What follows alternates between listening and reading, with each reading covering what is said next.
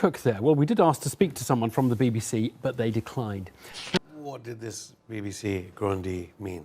The BBC has the most brilliant production values. It produces the most extraordinary natural history and drama series. But the BBC is and has long been the most refined propaganda service in the world. I find the double standards, these bogus attacks on RT, if you compared with the BBC's record of suppression. I remember calculating during the Irish War, something like 48 major BBC programs, either banned, doctored, or delayed.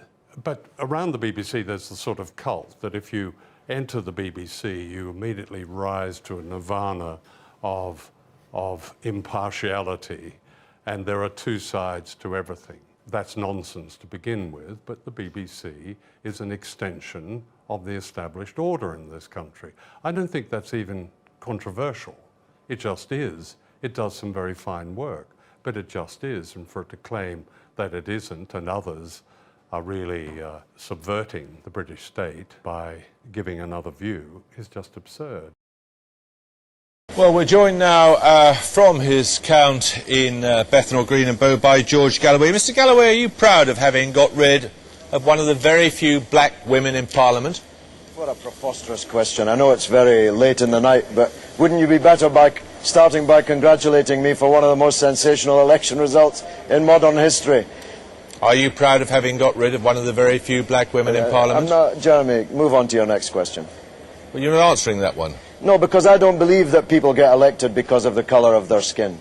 I believe people get elected because of their record and because of their policies. So move on to your next question. Are you because proud? I've got a lot of people who want to speak to me.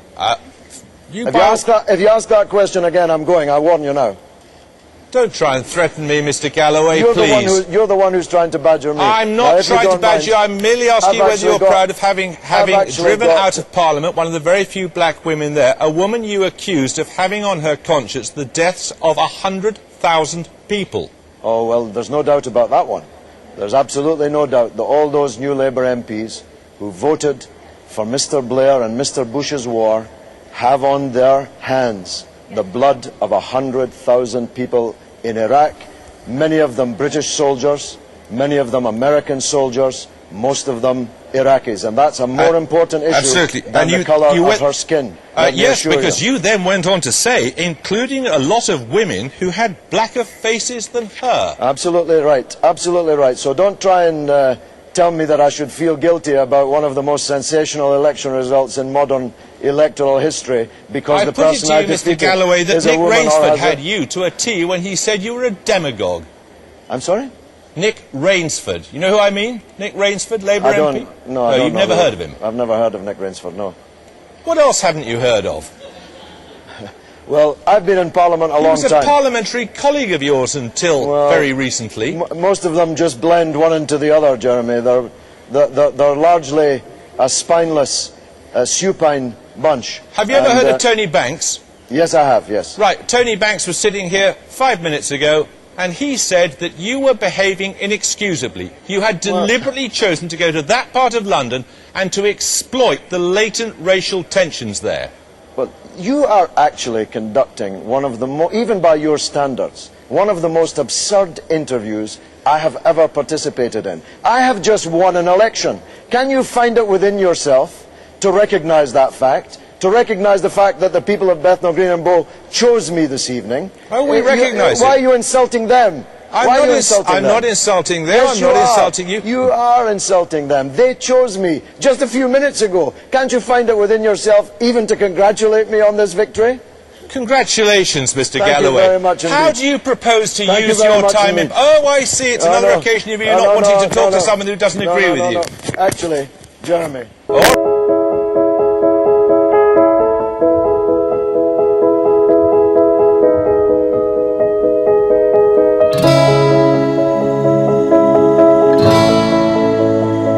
Media is really important to me, and of course how it gets across certain truths to the population. And what we're seeing with the BBC is an institution that's really just seems to be giving the views of the establishment, and obviously a lot of these people are realising it, so that's why they're here, I hope. We were talking on the way up here today, and we were saying how sort of maybe 6 months ago I'd completely trust the BBC, and now this has all come out, and the lying and the deceit. I'm completely shocked, and if they've deceived us in this way, how do they deceive us in other ways and all the news? I've got a funny feeling the BBC aren't going to listen, so this is only going to be protest 2 of maybe 3 or 4, and I would imagine the numbers are going to double every time there's a protest. And pretty much I stopped paying my licence after Jimmy Savile was defended by them, and I'm never going to pay them another penny, and a lot of people are like me. August 2013, and NATO leaders can't get the public on side for the imminent bombing of Syria. Suddenly, the BBC says it was filming a small rural hospital, and a game-changing atrocity happens right there, the moment they were filming. Last month, we were filming the doctors working at this hospital when victims of an incendiary bomb attack on a school playground started pouring in. Absolute chaos and carnage here. It must be some sort of napalm. But a highly sceptical public stayed hostile to military intervention.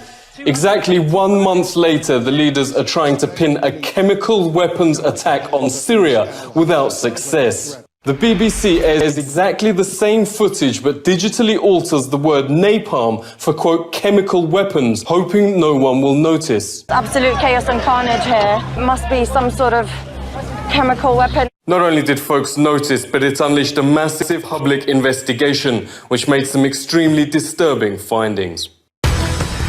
This is the total fabrication, from beginning to end, of an atrocity with BBC reporter Ian Pannell standing amidst a tableau of very bad actors. This is completely beyond the pale. This audio analysis by media investigator Robin Upton shows both versions are identical and from the same speech. The BBC then digitally altered the words from napalm to chemical weapon, the exact justification NATO was finding difficult to prove. The BBC suspends all phone-in quizzes after admitting it has rigged yet more competitions. Even the charity programmes Children in Need, Comic Relief and Sports Relief featured fake winners. The Director General says there is no excuse for deception. It is time, he says, to put our house in order. Trust and honesty with the public is more important than anything else.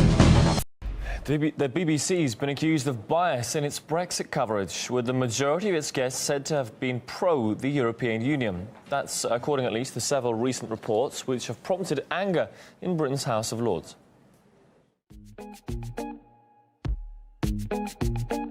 Across our output as a whole, we must be inclusive, reflecting a breadth and diversity of opinion. We must give due weight to the many and diverse areas of an argument. The Leave vote has left us with a group of leaders who, having lit the fire, have all run away. Brexit is a historic mistake. If I'm honest with you, it breaks my heart. I lie in bed at night worrying about the outcomes of Brexit. Once again, I'm the sole leaver on a BBC panel.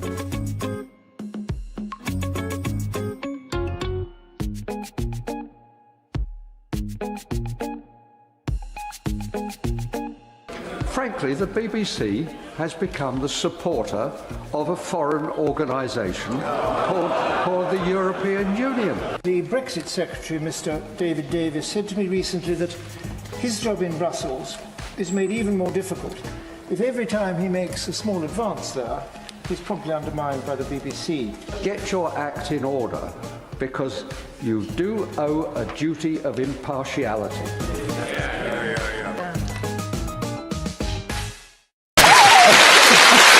Could get used to all this. I think I'm doing it, could get used to it.